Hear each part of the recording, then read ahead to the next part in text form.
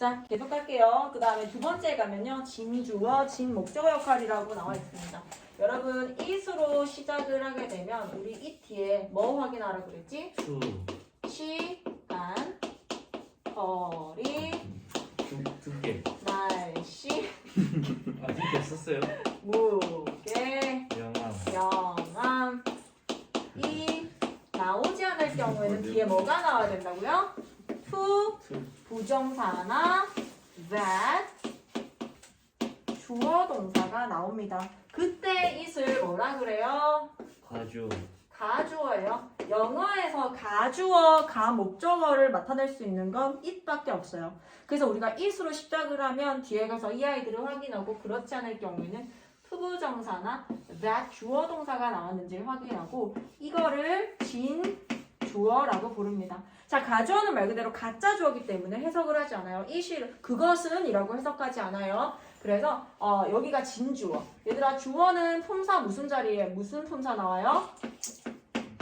명사. 얘들아, 주어 자리 품사 명사 자리잖아. 근데 그 명사 자리 투부정사 나왔어. 투부정사의 무슨 용법? 명사. 명사적 용법이죠. 간단하죠. 투부정사가 주어 자리에 나왔으니까 얘를 투부정사의 명사적 용법이라고 불러요. 이 투부정사 명사적 용법입니다. 그래서 얘가 주어기 때문에 주어는 해석이 는, 이, 다 라고 해석을 해야 돼요. 투부정사. 투부정사 하는 것은 뭐뭐 하다 라고 해석을 할 거예요. 자, 근데 우리가 1형식부터 5형식까지 보면 주축이 되는 아이들이 동사를 기준으로 주어라든지 또 하나 더 주축은 목적어가 더 있죠.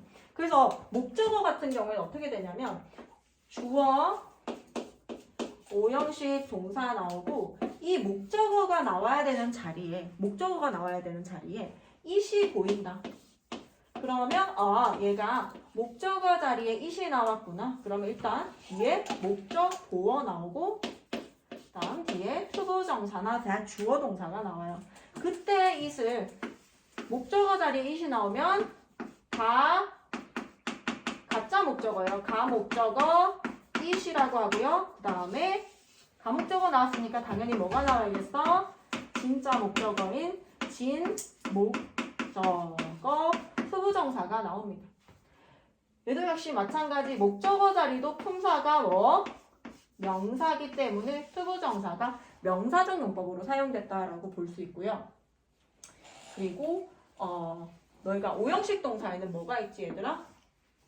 5형식 대표 동사 make. make, keep, find, let. let, have, make 얘네들 말고 걔네들은 사역 동사 애들이고 consider, find 이 정도 make, keep, find, consider 이런 5형식 동사가 등장했다 그러면 뒤에 목적어 자리 예상하면서 볼 거야. 명사, 자 품사로 따지면 명사와 목적 보호기 때문에 명사가 나오거나 명사 플러스 형용사가 나와야 되는데 얘가 나오지 않고 혹시 하나만 나왔다라고 하면은 혹시 가목적어, 진목적어 자리인데 가목적어가 빠진 게 아닌지 의심해 봐야 됩니다. 자, 그러면 예문 볼게요. It's usual. it으로 시작했어. 그래 뒤에 가니까 실물이 다시 무게 명함이 아니에요. 그래서 투부정사가 나오죠. it을 가져오라고 부른대요. It's useful. 유용하다. To learn a foreign language. 외국어를 배우는 것은 유용하다. 자, 그 다음에 I found. 얘들아 found 나왔어. found에다 5형식 동사라고 써볼게요. found 그 다음에 it에다가 목적어라고 쓰고요. difficult에다가 목적 보어라고 씁니다. 목적어 자리에 it이 보인다. 그러면 얘들아 대명사 it을 가리키는 것보다는 가목적어, 진목적어의 가능성이 훨씬 더 큽니다. 그럼 뒤에 진목적어 to learn a foreign language를 찾고 얘를 진목적어라고 부를게요. 여기까지 투부정사의 명사적 용법이에요. 근데 명사 아이들은 동사를 기준으로 얘들아 동사 앞에가 주어 자리잖아. 주어 자리에 투부정사가 명사적 용법으로 나올 수 있다라고 했으니까 이 자리에 투부정사 사용할 수 있고 그 다음에 뒤에 얘가 보어 자리로서도 역시 투부정사 사용 가능하고 목적어 자리에도 역시 투부정사 사용 가능하죠. 투부정사 명사적 용법이니까요. 보어 자리에도 품사, 명사 혹은 형용사가 나오고 목적어 자리도 역시 품사, 명사가 나오기 때문에 명사가 들어갈 수 있는 자리는 투부정사 명사적 용법으로 싹 다 들어갈 수가 있어요. 여기까지 됐어요?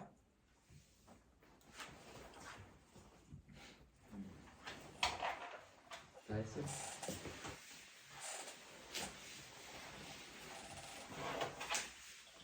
들어갔는데? 자, 그 다음에 투부정사의 명사적 용법은 했고, 그 다음 두 번째 투부정사의 형용사적 용법을 했어요. 일단 투부정사의 형용사적 용법은 언제 사용될까요? 소리 되게 많이 나네.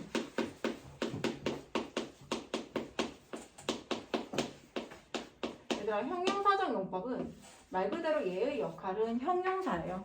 그럼 우리 형용사는 언제 쓰이지? 문장 1형식부터 5형식까지 떠올려봐. 형용사 언제 들어가요? 명사?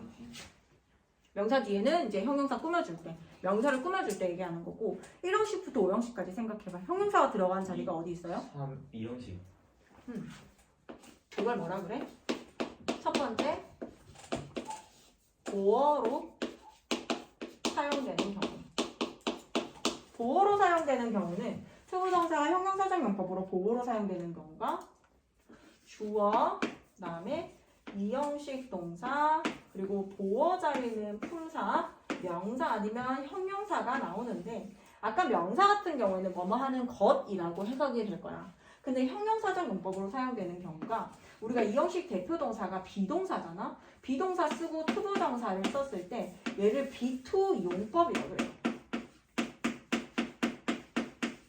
얘들아, B2 용법은 2형식으로 보어 자리에 투부정사가 나왔을 때 얘를 B2 용법이라고 합니다. 그때 B2 용법은 투부정사를 형용사적 용법이라고 해서 형용사적 용법이라고 하고요. 얘는 해석이 예정, 의무, 가능, 의도, 운명 정도로 해석해주면 돼요. 얘네가 B2 용법은 옛날 영어예요. 옛날에 이제 B2 용법을 썼었는데 얘가 조동사가 생기기 전에 조동사가 이제 요런 것들 다 해결을 하잖아. 예정이라고 하는 건 미래를 나타내는 거기 때문에 will이 이제 대체를 하고 있고 의무는 must, should 이런 것들 가능은 can 같은 아이들이 대체를 해서 조동사를 쓰기 때문에 B2 용법은 지금 쓰진 않지만 어쨌든 얘가 B2 용법으로 나오게 되면 요렇게 있는 것 중에 내가 해석하고 싶은 거 아무거나 끼워서 그냥 해석을 하면 돼요. 해석을 물어보는 시험 문제는 안 나오지만 B2 용법으로 써서 얘가 형용사적 용법인지 명사적 용법인지는 반드시 알아야 됩니다. B2 용법. 그래서 우리가 형용사적 용법에 이거 2번이에요. B2 용법입니다. 비동사 플러스 투부정사 형태로 예정, 의무, 지시, 운명, 가능, 의도 정도를 나타냅니다. We are to leave for Brazil tomorrow. 해서 어떻게 할까요? 우리는 내일 브라질로 떠날 예정이다. 얘들아, we are to leave가 이렇게 보이잖아. 비동사 뒤에 투부정사가 보여. 근데 우리는 떠나는 것이다 라고 해석하는 게 아니잖아요. 이렇게 될 때는 we are to leave, 우리는 떠날 예정이다 라고 해석해도 되고요. 떠나야 한다 라고 해석해도 되고 떠날 가능성이 있다, 떠날 의도이다, 떠날 운명이다. 내가 해석하고 싶은 거 아무거나 그냥 갖다 끼워서 해석하면 돼요. 진짜요? 갖다 놓고 아무거나 해석하면 되는데 그냥 앞뒤 봤을 때 맞을 것 같은 거 그냥 아무거나 넣어서 해석하면 돼. 그럼 해석 문제는 안 나오니까. 그 다음 we are to finish this work soon. 우리는 이 일을 곧 끝내야 한다. 끝낼 예정이다. 끝낼 가능성이 있다. 끝낼 의도이다. 끝낼 운명이다. 역시 상관없습니다. 자, 그 다음에 우리가 투부정사를 보어로 형용사적 용법으로 보어로 사용되는 경우 말고 두 번째 형용사의 제일 대표적인 역할이 뭐예요? 형용사는 뭘 꾸며줘요? 명사를 꾸며줘요. 명사를 해주는 역할인데 명사가 이렇게 있을 때 형용사는 이렇게 뒤에서 꾸며줄 수도 있고요. 형용사가 이렇게 앞에 나와서 꾸며줄 수도 있어요. 뭐 cute라든지 handsome이라든지 그런 간단한 단어의 형용사 같은 경우는 보통 명사 앞에 나와서 이렇게 꾸며주는데 broken 정도도 짧기 때문에 앞에 나와서 꾸며줄 수 있어. 근데 투부정사와 같은 투부정사가 이 형용사적 용법. 다시 명사를 꾸며주는 이 형용사 자리에 나왔을 때는 이 아이를 투부정사의 형용사적 용법이라고 그래요. 그래서 투부정사하는 명사 이렇게 해석이 될 거야. 그때는 오늘 무슨 얘기를 했지? 자, 그때 투부정사하는 명사라고 해서 명사를 이렇게 수식해 줍니다. 투부정사 같은 경우에는 조금 길기 때문에 뒤에서 꾸며주는 형태가 많아요. 투부정사하는 명사. 그러면 he made a promise. 그는 약속을 했습니다. 얘들아, he made a promise. 약속을 하다의 make는요, 삼형식 동사예요. He made a promise. 그는 약속을 했다. 내 생각에는 문장이 끝났어. 약속을 했어. 라고 해서 문장이 끝났는데 뒤에 보니까 to meet me가 뭐예요? 나를 만날 약속. 나를 만나기로 약속을 했다라고 해서 투부정사 앞에 있는 promise라는 명사를 수식해줍니다.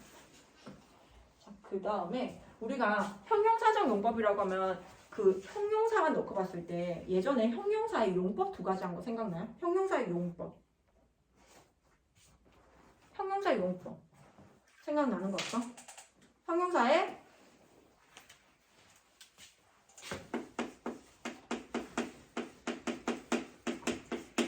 얘들아, 형용사라고 하면은 한정적 용법 그리고 하나 더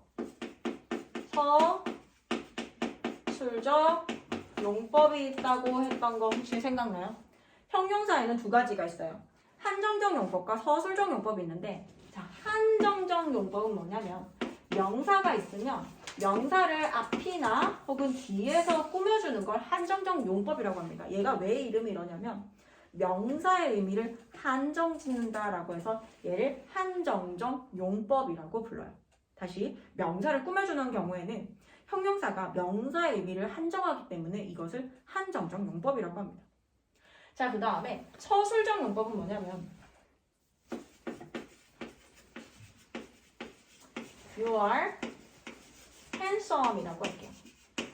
얘들아, handsome의 뜻이 뭐예요? 잘생겼다. 잘생긴. 잘생긴이야.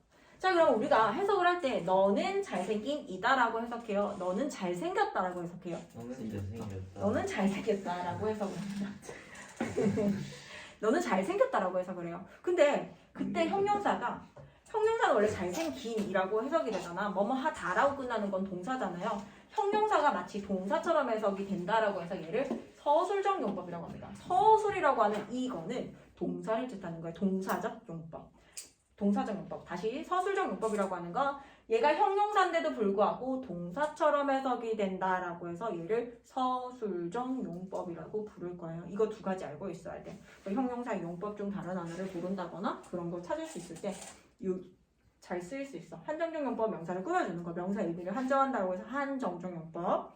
형용사의 서술적 용법이라고 하는 거 보어 자리에 쓰여서 얘 비동사가 이형식 대표 동사잖아요. 이형식 동사. 소리 너무 많이 난다. 보어로 쓰였을 때 얘가 형용사인데도 불구하고 동사처럼 해석이 된다라고 해서 얘를 서술적 용법이라고 부르기로 합니다. 그럼 얘로 따졌을 때 뭐야? 얘가 지금 보어로 사용됐잖아요. 서술적 용법이에요? 한정적 용법이에요?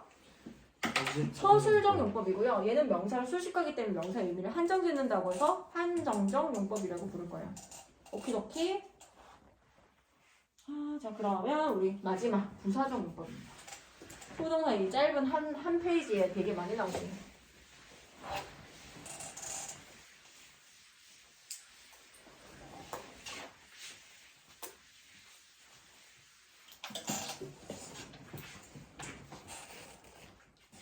소모정사의 부사적 용법.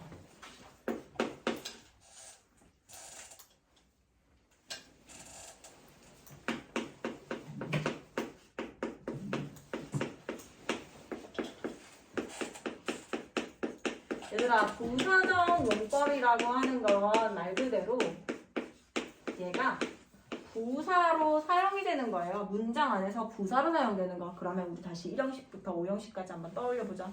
1형식부터 5형식까지 떠올려보세요. 부사가 들어간 자리가 어디 있어요? 간접. Hello. 없어요. 없죠. 부사는 문장의 필수 요소가 아니에요. 자, 다시. 부사는 문장의 필수 요소가 아니다. 그러면 동사는 뭘 꾸며줄까요? 동사는 경사, 동사, 정용사, 부사, 부사, 하나 더 문장 전체. 문장 전체를 수식해줍니다. 얘들아, 동사가 하는 역할은 명사 빼고 싹 다 꾸며요. 동사, 형용사, 부사, 문장 전체를 꾸며요. 부사는 문장의 필수 요소가 아니기 때문에 동사, 형용사, 부사, 문장 전체 이렇게 다양하게 꾸밉니다. 명사를 꾸미는 건 영어에서 형용사밖에 없어요. 그래서 명사를 꾸미는 투부정사는 투부정사의 형용사적 용법이라고 합니다. 그런데 동사, 형용사, 부사, 문장 전체를 꾸미는 아이들을 투부정사의 부사적 용법이라고 부를 거예요. 자, 그럼 부사적 용법은 동사, 형용사, 부사, 문장 전체를 꾸민다고 했는데 얘는 해석이 중요해요. 해석이 어떻게 될까? 해석. 목적, 뭐뭐를 위해? 범하기 위해 결과, 원인, 조건, 판단의 근거. 제일 많이 나오는 게 요 정도예요. 목적, 결과, 원인, 조건, 판단의 근거로 해석이 되는데 일단 너희가 좀 전에도 얘기했다시피 뭐뭐 하기 위해서라고 해석되는 걸 제일 많이 사용해요. 거의 80~90%가 목적에 해당해요. 80~90%가 목적에 해당돼서 뭐뭐 하기 위해서라는 말을 하고 싶다. 그러면 투부정사의 부사적 용법을 사용하면 됩니다. 자, 그 다음에 결과로 사용되는 건 얘들 같이 쓰이는 동사가 있어. grow up이라든지 혹은 wake up, 일어나다, 성장하다, 일어나다 이런 동사가 나왔을 때 예를 들어 I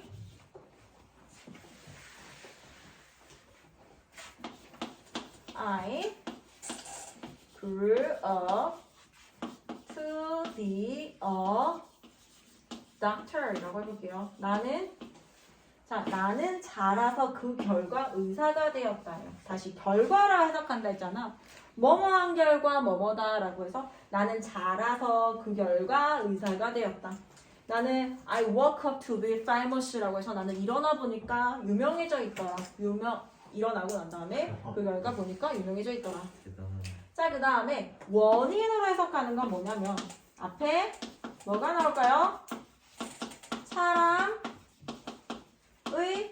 감정을 나타내는 형용사가 나와요. 감정을 나타내는 형용사가 등장합니다.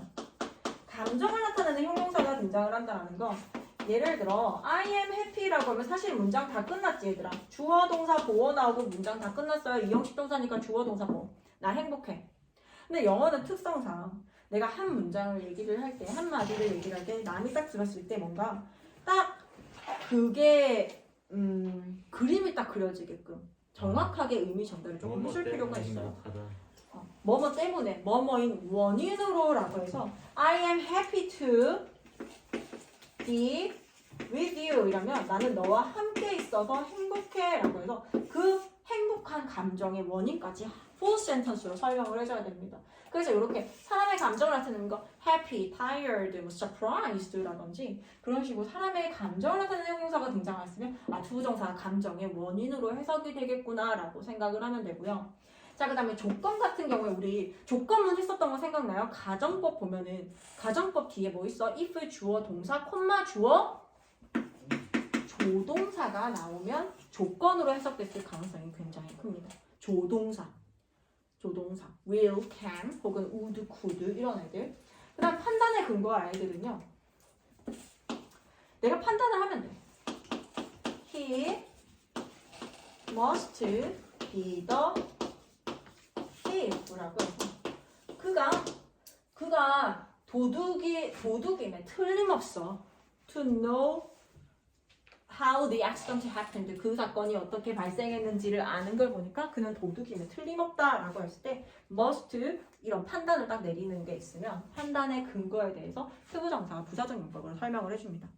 얘들아, 너희가 이거를 자, 지금 부사적 용법을 했을 때 목적, 결과, 원인, 조건, 판단의 근거 이렇게만 하면은 간단하게 끝날 수 있어. 그냥 이 정도 하면 뭐 외우는 데 있어서 목적, 결과, 원인, 조건, 판단의 근거. 자, 근데 이거를 너희가 응용을 해야 되잖아. 해석을 할 때도 응용을 해야 되고, 그리고 문장을 내가 바라볼 때도 이런 아이들이 나왔을 때 아, 이렇게 투부정사 부사적 용법으로 결과를 나타내겠다.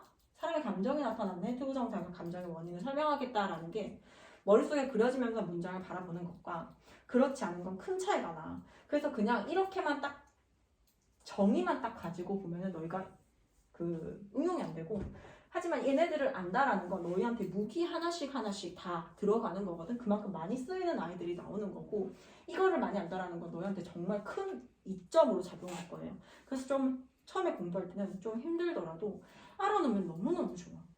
왜냐면 얘가 이렇게 해서 이거를 물어보는 시험에 나오는데 그걸 너희가 빠르게 판단을 하려면 이걸 다 알고 있어야죠. 근데 다 알고 있는 거. 그래서 얘가 하나 나가더라도 시간이 조금 더 많이 걸린다 하더라도 충분히 그만큼 가치가 있기 때문에 얘네는 너희가 알아놓는 만큼 훨씬 더 문장이 잘 보일 겁니다. 자, 부사적 용법 볼게요. 부사적 용법, 목적, 결과, 원인, 근거, 조건의 다양한 부사적인 의미를 나타냅니다. I worked out to lose weight. 나는 살을 빼기 위해서 열심히 운동했다. Wendy grew up to be a famous singer. 뭐예요? grew up 나왔네. 윈디는 자라서 유명한 가수가 되었다. 라고 해서 결과로 해석하면 되겠어요. 자, 그러면 우리 옆에 있는 문제 풀어볼게요. 쌤, 그래서